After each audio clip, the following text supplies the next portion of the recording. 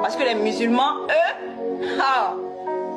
il est 4 heures, midi, après-midi, ils ont leur heure de prière et ils respectent ça.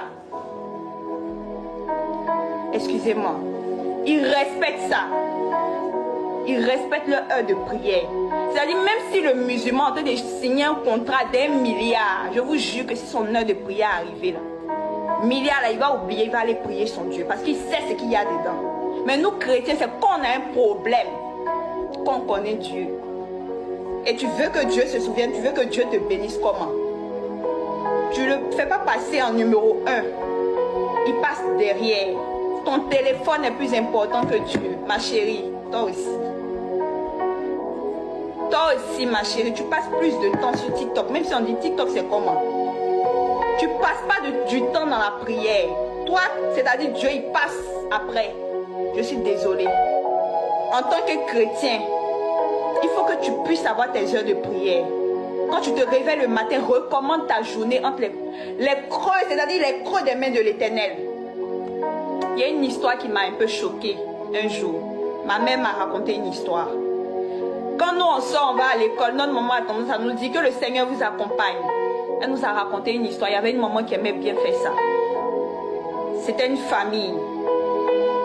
Et la famille, le papa et les enfants allaient à l'école, le papa allait au travail. Et ils devaient prier. Ils disent non, on est en retard. Donc la maman dit que le Seigneur vous accompagne. Et puis il dit ok, le Seigneur on le met dans le coffre. On met le Seigneur dans le coffre, il sera avec nous, mais il n'y a pas place, il sera dans le coffre. Ils ont dit ça en rigolant. Et regardez ce qui va se passer.